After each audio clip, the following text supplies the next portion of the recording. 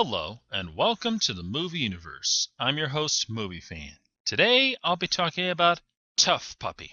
This was a show that lasted for about 5 years on Nickelodeon, and it was hilarious. I would watch this show every chance I got, because it was one of the few good cartoons out there that was really worth looking at. The basic premise of this is it was a spy show that was full of slapstick comedy, and it was really hilarious. Not to mention, there was quite a few other things about it that made it really awesome as well, but I'll get to that in a minute. As you may have guessed, the story is about a secret agent dog. His name is Dudley Puppy. That's really his name. And he works for a super secret agency called the Turbo Undercover Fighting Force. Tuff, for short. Hence the title. Dudley is basically a big doofus. However, he's actually good at what he does. He actually is pretty darn tough. I mean, I've seen him throw a really good punch. His partner, who is named Kitty Catswell, she's pretty much what you might call the premise of a super secret agent. You know, she's tough, she knows kung fu, and she is quite literally the brains of the outfit. However, when you get the two together, they actually perform really well because, believe it or not, Dudley actually does come up with some good ideas when they're in inescapable peril. You know the type. We're talking like the kind of stuff where they're tied at the base of a volcano, it's about ready to erupt within 5 seconds, and he often finds a way to get out. But Dudley and Kitty are not the only characters in this series. There's also Keswick, who nobody knows what the heck he is. He's super smart, he comes up with all kinds of inventions, but believe it or not, it's a big mystery as to what kind of animal he really is. I say that because, as you may have already noticed, this entire show is basically animals. There's also one more character to the Tuff agency, and that would be the Chief,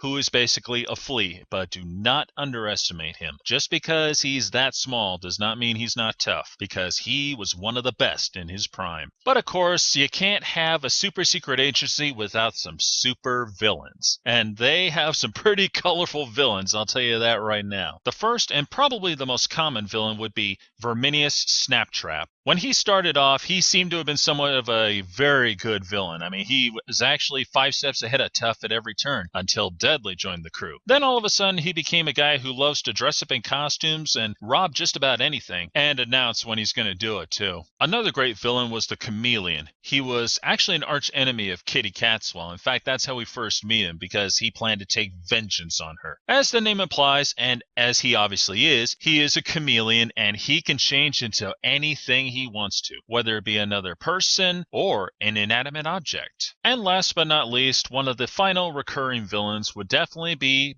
Bird Brain, the blue-bottomed booby. Sorry.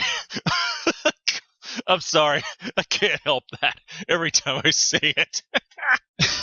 Okay, I'm good now. Anyway, as the name implies, he's a very intelligent bird who, well, you know, can come up with all kinds of maniacal gadgets that try to take over towns or destroy things. Basically, your stereotypical villain. There are other villains, but these three are probably the best because they are downright hilarious. Some of the schemes they come up with is unbelievable. Like one time, Bird Brain turned just about everybody in town into zombies just so he could get the right candy bar to help him win a free jetpack. I'm not kidding. He actually did that. There was even one time when Snaptrap tried to bump off the chameleon just because he didn't want him to squeal on something that he did earlier. Because of that, the Tuff agents had to protect him on a train while they were en route to a secret location. And right while they were having lunch, Snaptrap tries to suck up the chameleon with a big vacuum cleaner. But he ends up sucking up the chameleon's lunch, which was bugs on ciabatta bread. And pretty much it goes just like this when the chameleon's lunch gets to the other side of the vacuum cleaner.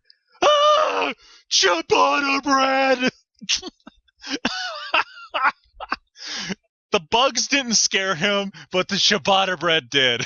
Can you believe that? And that's some of the best stuff about this show, was the comedy. It was original, it was out of the box. Just when you think you knew it was going to happen, they threw a curveball in it. Of course, one of the best things about this show was the pop culture references that were loaded within it. Believe me, there was lots of puns and all kinds of things. As you may have guessed, Dudley Puppy, Kitty Catswell, and Verminius Snaptrap, no-brainer there. Their names are serious puns. But there were other things too, like for instance the fact that Dudley looks like a buffer version of Snoopy, and that Verminius Snaptrap is dressed like legendary Bond villain Ernst Stavro Blofeld. And of course the chameleon, his voice was clearly taken from legendary actor Peter Lorre.